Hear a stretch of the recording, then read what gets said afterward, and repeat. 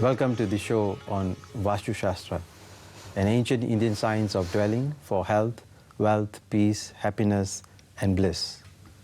I'm the host of your program. My name is T.Selva.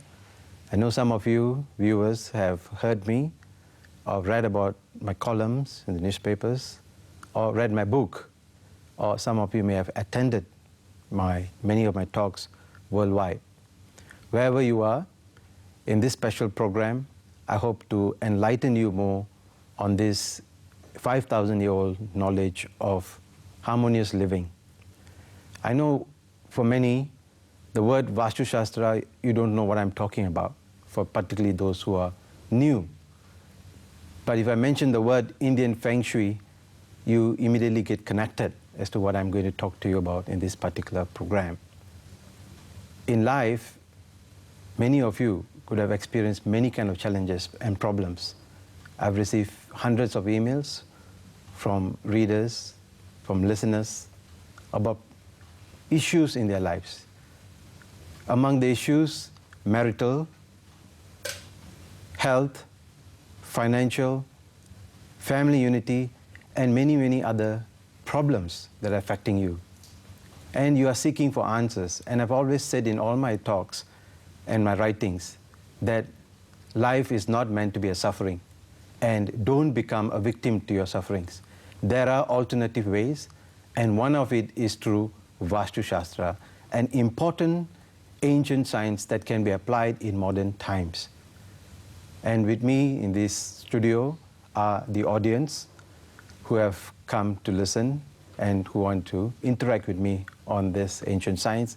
And I'm very happy today because also with me I have a special guest, and that is my 7th generation Vasthu Sastra master, Master Yuvaraj SOWMA from Chennai, India.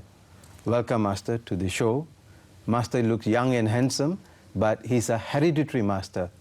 He's the one and only one that I know from India who from generations have been practicing this ancient science of Vasthu Sastra and propagating it worldwide. And I'm very happy also because I'm the first disciple of his Vasthu Sastra family clan in India. And today we are spreading the knowledge of Vasthu Sastra worldwide, because we strongly feel Vasthu Sastra is the answer for world peace. In order for the world to be in peace, every individual house must be in peace. If your house is in peace, your neighborhood will be in peace. If your neighborhood is in peace, your state will be in peace. Your state in peace, your country in peace, and eventually your whole world will be in peace. So in short, Vasthu Sastra focuses on harmonious living for health, wealth, bliss, and so on. So my first question to Master is to talk about the scientific aspects of Vasthu Sastra. Some of you may have known the importance of the 5 elements, the role it plays in our house, placement of things. How do you choose a house? Do you need to bring down your house, rebuild your house, renovate your house to follow these signs? No. Master has said it very clearly, and he has taught me that this science is an art of placement. By rearranging your house, you can actually apply without any issue, living in harmoniously in the environment or in the enclosed space that you occupy. So Master, my first question is, can you explain the scientific background or the connection between Vasthu Sastra and the scientific reasons on the flow of energy into a space? Welcome all. Vastu is based on science. It's purely a science. See, 9 planets ruling our body, the 9 planets ruling our residing place. How? The east is controlled by Venus. The southeast is controlled by Moon. The south is controlled by Mars. The southwest controlled by Rahu, the dragon. The west is controlled by Saturn, and the northwest controlled by Ketu. The north is controlled by the Jupiter. Then the center of the place controlled by the sun. Again, the 5 elements are the most important in Vastu. 5 elements, the northeast governed by the water, northeast governed by the water, the southeast is governed by the fire, the southwest governed by the earth, the northwest governed by the air, the center of the place is called the Brahmasthanam in Sanskrit. It's controlled by the sky. So in short, every home must have these 5 elements present in all times to live in harmony. Correct. What happens if there's a shortcoming in any of the imbalance of these elements in a house? For instance, very common, many people like to have a fountain. They straight away place fountain in front of the house, but they don't know whether the fountain location is a water corner, like you have clearly said. So what happens if the element is not in right order in a house? What kind of issues a dweller can expect, Master? Yeah, if you place the water in the southern side, that means the southeast and south and southwest, the lady of the house will fall sick frequently. I see. If you place the water elements in the western side, like a southwest and the west and northwest, the burden of loans, the breadwinner will always frequently will face the problem economically. So the ideal area for the water elements, northern side and the eastern side, particularly northeast and north and east. So another important thing about choosing a house, normally, as far as the feedback I've got, many people look at the house number. Number 8, number 10, they say inauspicious, number 4 is inauspicious. But in Vastu, as far as I know from learnings from you, that all numbers are fine. So how should one choose a house? What is most important, as far as I know, is using a compass. Is there any special compass in Vastu Shastra, or just using an engineering compass? And how do you use a compass to determine the direction of a house? Can you show us, Master? Yeah, it's a good question. So for choosing the house, the most important tool in Vastu is compass. But right, this is not the correct reading. You have to take 3 readings for taking the direction. One from the outside the property, then inside the property, inside in the sense inside the compound, then again inside the house. You have to take 3 readings. 3 readings, yeah. 3 readings you have to take. Particularly, you can place the compass in the center of the house. Center of the house. The compass, this compass shows only one direction, is a north. Once you determine the north, then easily you can get other all 7 directions. It's also important for those who are using the compass, make sure you only place it in one direction, there's the center of the house, and don't take it around the entire room. No need. That will be, reading will be incorrect. Correct. Yeah, that's interesting. So after you've used a compass, what is the next step for a person, particularly looking for a house? I believe the surrounding. Yeah. So what type of surrounding a dweller should look for before purchasing or renting a house? Yeah. See, the most important thing in Vastu for selecting the house, the T-junction. The T-junction is the most dangerous fault in Vastu. All right. Again, the Y-junction also. What kind of effect can it give to a dweller? If the person stays in this T-junction house, the terminal illness will be there in always. T-junction? Yeah. Why is that so, Master? That kind of the negative energy that house will face always. The T-junction is a dangerous fault in Vastu. So only terminal illness, what other issues will be affected in the family, in the house? There won't be unity in the family. All right. Then disharmony. Disharmony. Then Yeah. it's like separation, divorce cases. Yeah, all kind of the problem. In the T-junction. T-junction. What about house. a Y-junction then? Yeah, it is a 50 to 60% the same result in Y-junction also. I see. Then again, the other thing, the road level. Yes. The road level, if the house is the lower level than the road, then again the same problem will continue. It means house should be always higher than the road. Yeah. What are the exterior surrounding that we should look for when choosing a house? Like, some people like to buy houses close to temples. Is that good? Close to the temple and close to the mosque and church and the Places of worship. Yeah. And that burial grounds. Burial ground, like graveyards, cemeteries. Yes. We should avoid to have a house nearby these things. Should avoid that, yeah? Yes. So what type of house that we should choose for when we pick? What kind of surroundings should we look for? Particularly if you have a water element in the northern side, like a river or pond, northern side and eastern side, it's considered as a good land. I was told that if a house got roads on all four sides, also auspicious. Yeah, that is very good auspicious. Very good, yeah.